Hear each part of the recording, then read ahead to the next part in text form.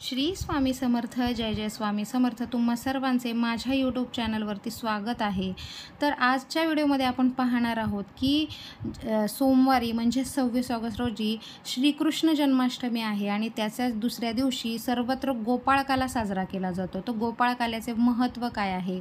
श्रीकृष्णाच्या अवताराचे प्रतिनिधित्व करणारा हा गोपाळकाला आहे. या काल्यामध्ये आपण जे गोपाळकाल्याचं एक विशिष्ट पदार्थ बनवतो त्या पदार्थांचे महत्त्व काय आहे आणि या दिवशी जे श्रीकृष्ण सर्व त्यांच्या मित्रांबरोबर जे दहीहंडीचा उत्सव केला जातो त्यामुळे नात्यामध्ये प्रेम वाढते, घरामध्ये देखील सुख समृद्धी समाधान येते. जो जन्माष्टमीचा आपण उत्सव साजरा करतो त्यामुळे सकारात्मकता आपल्यातली वाढते, आपल्या आयुष्यातले सर्व विघ्ने दूर होतात, विष्णूंची विशेष कृपा आपल्याला प्राप्त होते. तर याविषयीची माहिती आपण आज व्हिडिओमध्ये पाहणार आहोत. तर व्हिडिओ स्किप न करता शेवटपर्यंत अवश्य पहा आणि चॅनलवर नवीन असाल तर सबस्क्राईब करा आणि बेल आयकॉन प्रेस करायला विसरू नका, म्हणजे सर्व नवीन व्हिडिओचे नोटिफिकेशन तुम्हाला मिळतील आणि कोणताही व्हिडिओ मिस होणार नाही. तर चला तर मग सुरुवात करूया. तर जन्माष्टमीला कृष्णाच्या नैवेद्यासाठी आपण गोपाळकाला किंवा काला बनवतो. तर तो कसा बनवायचा, त्याच्यातल्या प्रत्येक पदार्थाचे महत्त्व काय आहे हे आजच्या व्हिडिओमध्ये आपण पाहणार आहोत. तर गोकुळाष्टमीच्या दिवशी आपण आदल्या दिवशी जन्माष्टमीचा उत्सव साजरा करतो. रात्री 12 वाजता श्रीकृष्णाचा जन्मोत्सव साजरा करतो. दुसऱ्या दिवशी असते तो गोपाळकाला, गोकुळाष्टमी. तर या दिवशी सर्वच घरांमध्ये दूध आणि दह्यापासून बनवलेले पदार्थ कृष्णाच्या नैवेद्यासाठी आपण बनवले जातात. तसेच या दिवशी गोपाळकालासुद्धा बनवला जातो. गोपाळकाला बनवण्यासाठी अगदी 5 मिनिटांचा वेळ.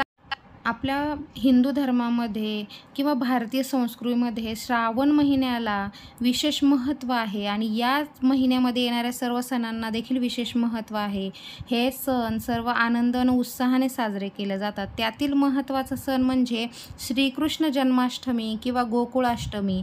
या दिवशी आपण श्रीकृष्णांना वेगवेगळे नैवेद्य दाखवतो आणि त्याच्या दुसऱ्या दिवशी गोपाळकाला असतो. दहीहंडीचा कार्यक्रम आपण अवश्य करतो आणि या दहीहंडीच्या दिवशी आपण विशेष काला करतो, म्हणजे गोपाळकाला बनवला जातो. तर या गोपाळकाल्यामध्ये विशेष कोणते पदार्थ असतात? तर पोहे असतात, काकडी, डाळिंबाचे दाणे, दही, मीठ, ओलं खोबरं, काजू, कोथिंबीर, कढीपत्ता, हिरव्या मिरच्या, हिंग, जिरं, मोहरी, तूप अशा सर्वांचं मिश्रण बनवून हा काला बनवला जातो. आणि या काल्याचे प्रत्येक पदार्थाचे एक विशेष महत्त्व आहे. तर ते कोणते आहे ते पाहू. तर मी थोडक्यात तुम्हाला गोपाळकाला बनवण्याची कृती सांगते. तर गोपाळकाला बनवण्यासाठी सर्वप्रथम आपण एका वाटीमध्ये पोहे स्वच्छ धुवून काही वेळ भिजत ठेवायचे. त्यानंतर जे पोहे भिजलेत त्याच्यावर पाणी टाकायचं आहे. पाणी टाकून पोहे जास्त नरम होतात. एका वाटीमध्ये भिजवलेले पोहे, दही, डाळिंबाचे दाणे, ओलं खोबरं, काकडी घ्यायची आहे किसून आणि कोथिंबीर मिक्स करून घ्यायची आणि हे सगळं मिक्स करून घ्यायचं आणि कढईमध्ये थोडंसं तूप गरम करून घ्यायचं आहे.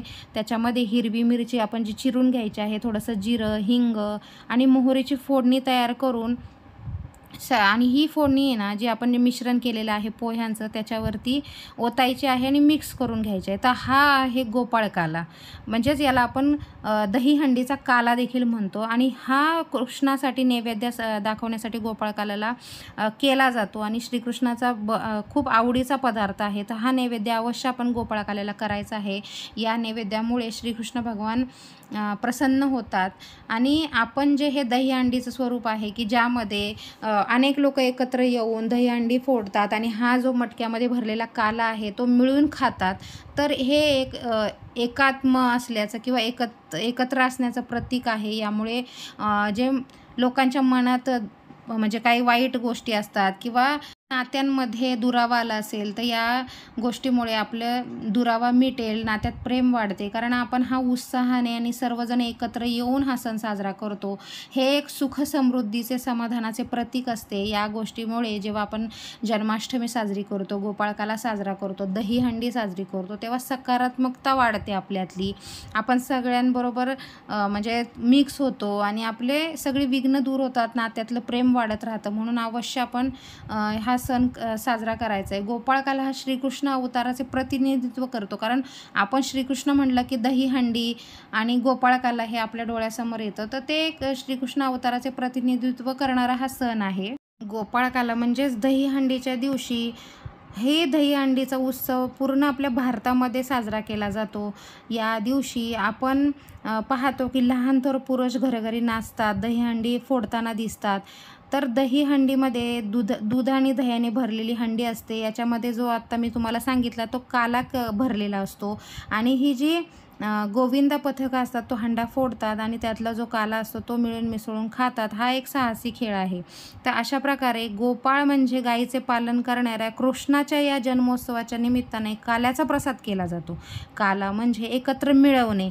ज्याप्रमाणे मी सांगितलं त्याप्रमाणे आपण काला करतो, म्हणजे जे जे पदार्थ वापरतो याच्यामध्ये आपण पोहे वापरू शकतो, ज्वारीच्या लाह्या वापरू शकतो, म्हणजे लिंबू, आंब्याचं लोणचं, दही, आपल्याला जे पदार्थ याच्यामध्ये मिक्स करता येतील ते आपण करू शकतो आणि हा काला बनवू शकतो. हा काला कृष्णास फार प्रिय होता असे मानले जाते. श्रीकृष्ण व त्याचे सवंगडी मिळून यमुनेच्या तीरावर हा तयार करत असत व वाटून खात असत असे मानले जात. त्यामुळे दहीहंडीच्या दिवशी हा गोपाळ काला करण्याची विशेष पद्धत किंवा परंपरा आहे. श्रीकृष्णाच्या विविधांगी पूर्णावतारी कार्याचे प्रतिनिधित्व हे काल्याच्या रूपातून होते आणि प्रत्येक घटकाचे याच्यामध्ये म्हणजे ज्या गोष्टी या काल्यामध्ये वापरल्या जातात त्याचं एक विशेष म्हणजे महत्त्व आहे. तर ते कोणतं?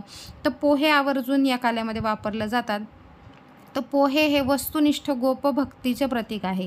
काहीही झाले तरी श्रीकृष्णाला धरून ठेवणारे सवंगडी. तर दुसरी गोष्ट आहे की दही देखील यातलं मुख्य घटक आहे. तर वात्सल्य भावनातून प्रसंगी शिक्षा करणाऱ्या मातृभक्तीचे प्रतीक दही आहे. तिसरी गोष्ट आहे दूध. तर गोपींच्या सहज सगुण मधुरा भक्तीचे प्रतीक हे दूध आहे.